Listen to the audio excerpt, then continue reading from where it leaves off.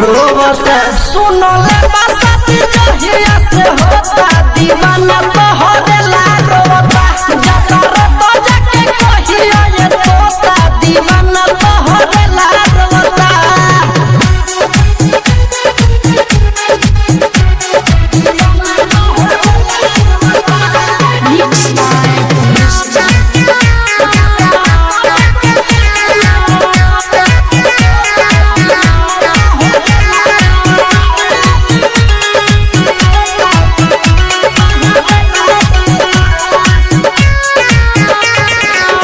उनकर सुरतिया में दिलवा से भागे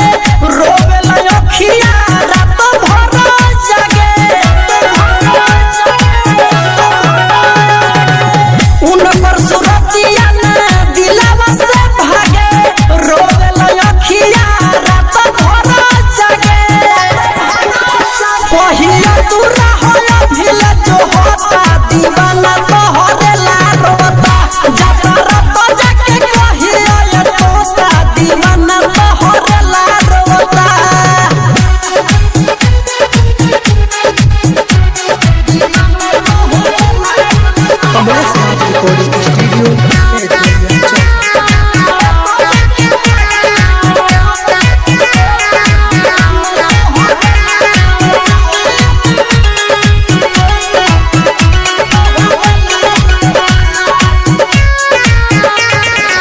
प्रेमी सतेंद्र के हरि धड़कन हो साहेब सवरिया के कोइली पसंद हो